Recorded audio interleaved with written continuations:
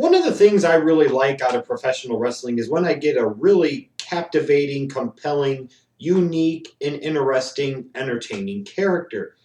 But somewhere along the way in the WWE over the past several years, it seems like so many individuals look the same, so many individuals act the same. If you're a babyface, you act this way, and that's pretty much it. There's not a whole lot of wiggle room or area of negotiation here. If you're a heel, you act in this one manner, and that is it, and that is that. There's not a whole lot room to deviate from that script very much.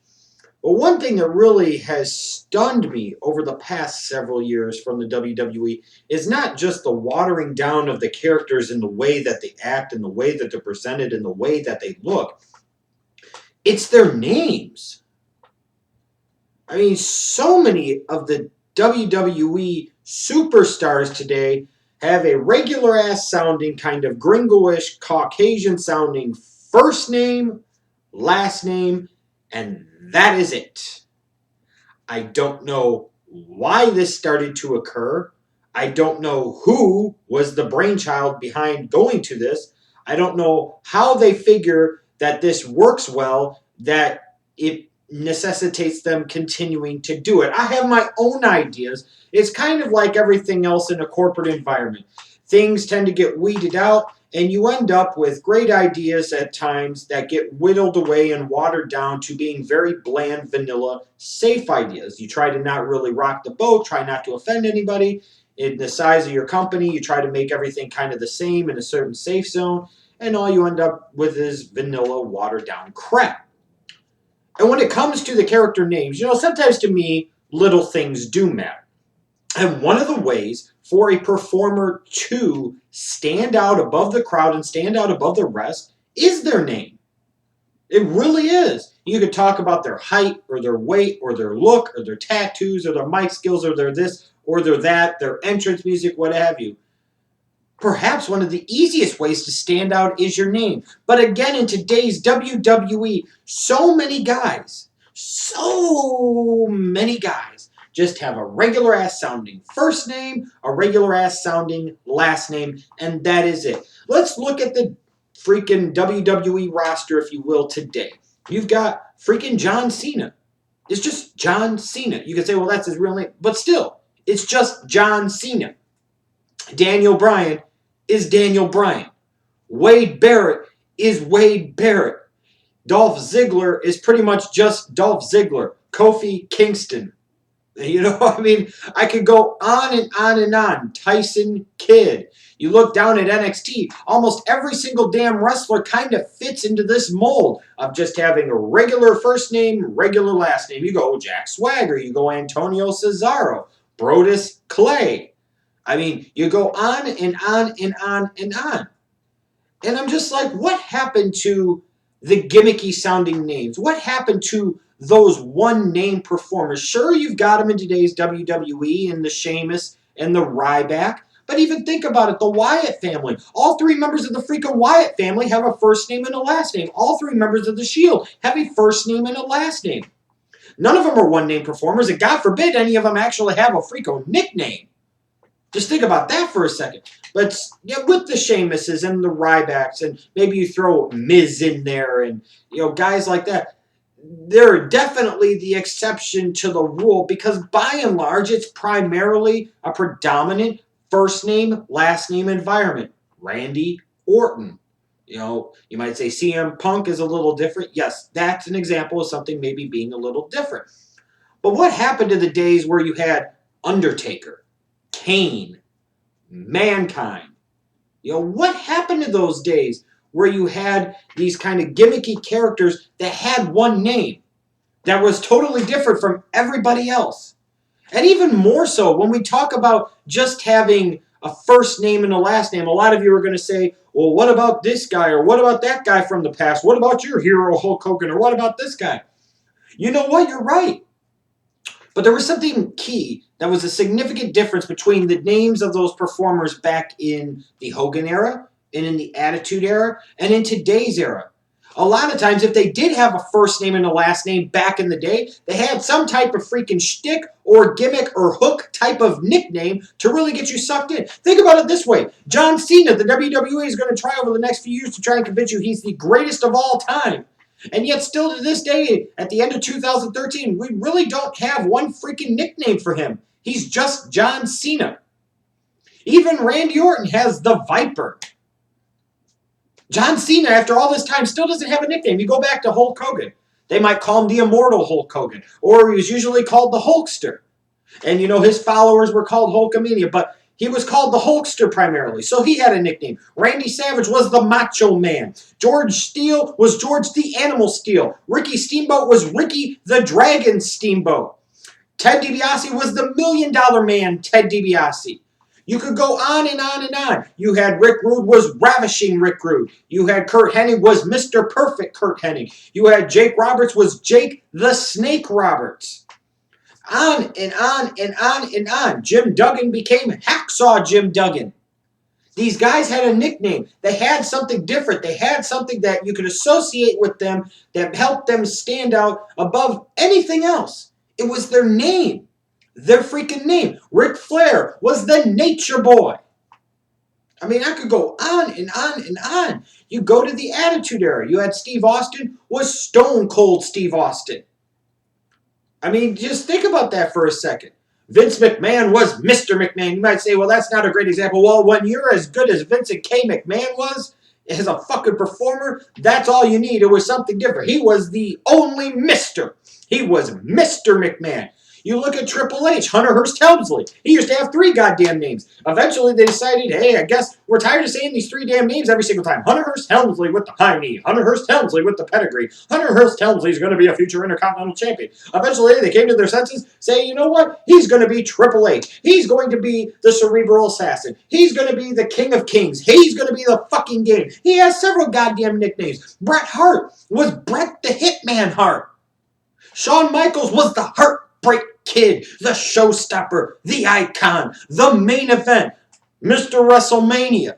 All these different things. And John Cena is just fucking John Cena. Daniel Bryan is just Daniel Bryan. Dolph Ziggler, oh, he's the show-off. Oh, get the fuck out of here. He ain't showing off nothing. How are you a show-off when you consistently job and are stuck in the mid-card? If even that. If even that. Just think about it. It's a huge problem if you really, truly think about it. So many of these guys, they look the same, they act the same, they talk the same, they walk the same, they wrestle the same.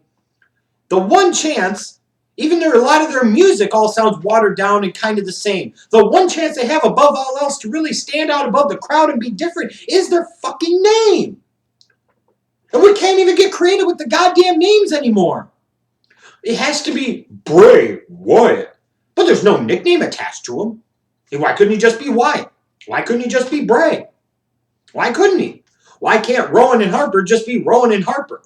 Why does it have to be Eric Rowan and Luke Harper? This is not an era where we're focusing on reality as much as we used to. You know, what happened to the days of the Stings and the Goldbergs? I don't get it. You know, back in, you're talking about the Monday Night Wars time frame, you might say, well, you had Kevin Nash, you had Scott Hall, where before they were Razor Ramon and Diesel. Well, you know what? At least back then in the mid-90s in the WWF, they had names and gimmicks and characters that helped them stand out. And then when they went to WCW and the way they were presented in a very realistic type of manner, them being real names, real first name, real last name, real first name, real last name, was different. That was their chance to stand out above everybody else in the damn crowd. That's how they stood out when they first got to WCW, because these guys were being presented as invaders from the big white organization up north, brother. And not only that, they were using real names. They were going to act like who they really are. Kevin Nash was going to be Kevin Nash on camera. Scott Hall was going to be Scott Hall on camera. So that did make them different. There's nothing with any of these names today that really make them stand out and be different. Like I said, you might have a CM Punk here and the Viper Randy Orton. But after all this time, I keep coming back to it. How does fucking Mark Henry have more nicknames than John Cena? And I'm not talking about the nicknames that we've made up for Cena on the internet. Like real, recognizable, legitimate nicknames that the WWE has come up with. How does Daniel Bryan, after a few years of being in the company and being treated somewhat well and being put in some big-time spots, still not have any type of moniker or any type of fucking nickname to help separate him and establish himself as a real deal, legit, big-time star? How the fuck can you do that? How the fuck can you not have this happen?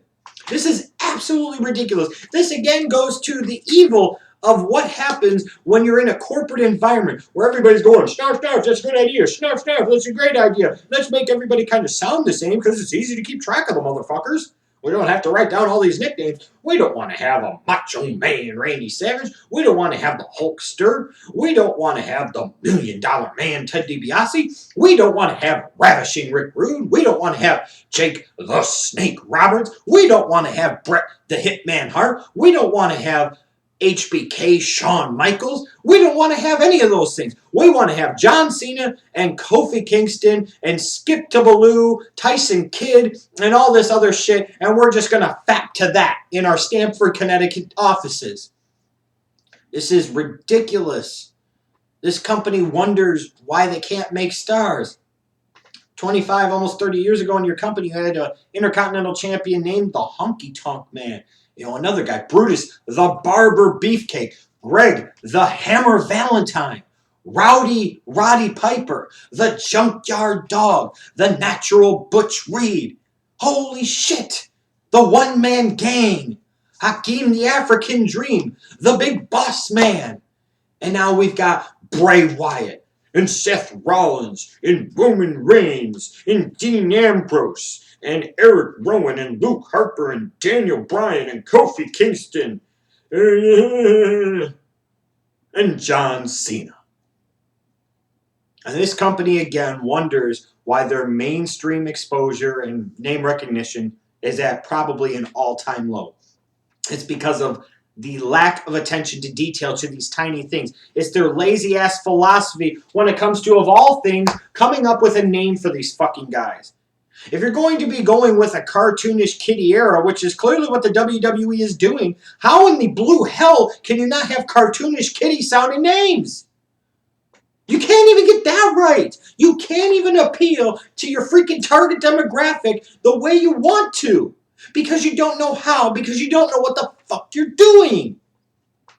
9 years at the top, and John Cena still doesn't have a nickname. He's had more monikers thrown at him from the internet crowd. When the internet crowd is doing a better job of providing some differentiation and name recognition for one of your top guys than you are, then there truly is a problem. Things are backwards, and you clearly has lost grips on reality. And that's what the WWE has done. I miss the days when you used to have people with unique sounding names. Either be one name or their name sounded different than everybody else, or they had a great fucking awesome nickname that not only sounded awesome, but it perfectly fit with whatever that character was. Like Rick Rude was Ravishing. Ricky Steamboat was the Dragon. You had Davey Boy Smith, the British Bulldog. You had Bret the Hitman Hart. He was also the excellence of execution. Shawn Michaels was the Heartbreak Kid. The Hulk Hogan was the Hulkster. Ted DiBiase was the $1 Million Man. Randy Savage was the Macho Man. Ooh, yeah. I mean, you had the Honky Tonk Man. Greg Valentine, he was a Hammer. And now, Kofi Kingston is what? Tyson Kidd is what? Zack Ryder is what? John Cena is what? This is absolutely stupid. I hope someday soon that the WWE comes to their senses and realizes that one of the most important small details that makes the biggest difference is the freaking name of the wrestler. You stop with all these first name, last name guys and not doing anything to differentiate them. Go with more one name guys. Go with some three name guys. Go with some guys that are only known by initials if that's the case. Go with guys that have freaking nicknames that match their freaking persona, their personality, their character gimmick, whatever. Enough of this first name, last name shit. Humbug on the WWE for this shit. It's not that hard. It really isn't that hard at all.